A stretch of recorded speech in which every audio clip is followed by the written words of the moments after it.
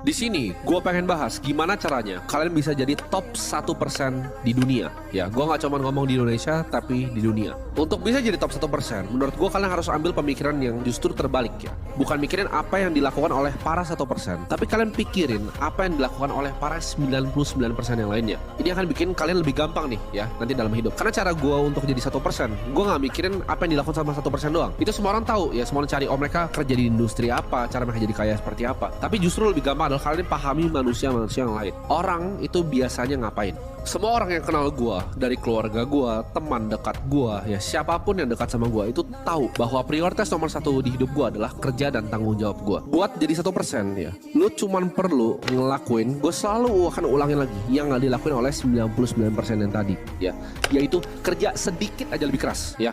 Karena orang itu males.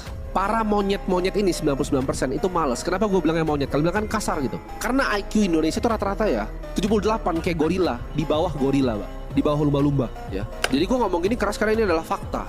Lu cuma perlu lebih pinter sedikit aja. IQ lu 110 gitu, 120 IQ lu akan outsmart semua monyet-monyet ini. Lu kerja sedikit aja lebih keras. Ini mereka betul males datang gitu kan, kerja aja, belajar, coli terus tidur gitu. Gampang banget bantai orang-orang ini, gampang banget gitu. Sangat-sangat luar biasa mudah kalau lu mau gitu.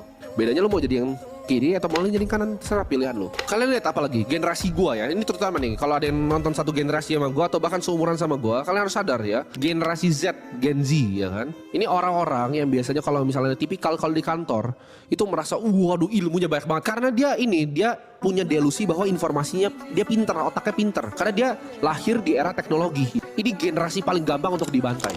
Gen Z adalah generasi paling bodoh, paling gampang untuk dibantai karena mereka punya delusi bahwa mereka pintar padahal mereka sebenarnya bodoh. Jadi buat lu pada Gen Z, inilah kesempatan luar biasa karena yang di atas kita itu lebih bekerja keras. Yang ini yang paling gembel. Ini gampang dibantai dan kalian gampang jadi kaya. Karena 99% dari Gen Z adalah orang bodoh dan gak punya skill set. Cuma mereka punya delusi di kepalanya. Jadi gampang untuk bantai mereka. Gua kalau bilangnya ini kalau evolusi manusia ini evolusi kebalik, makin dekat ke monyet sebenarnya.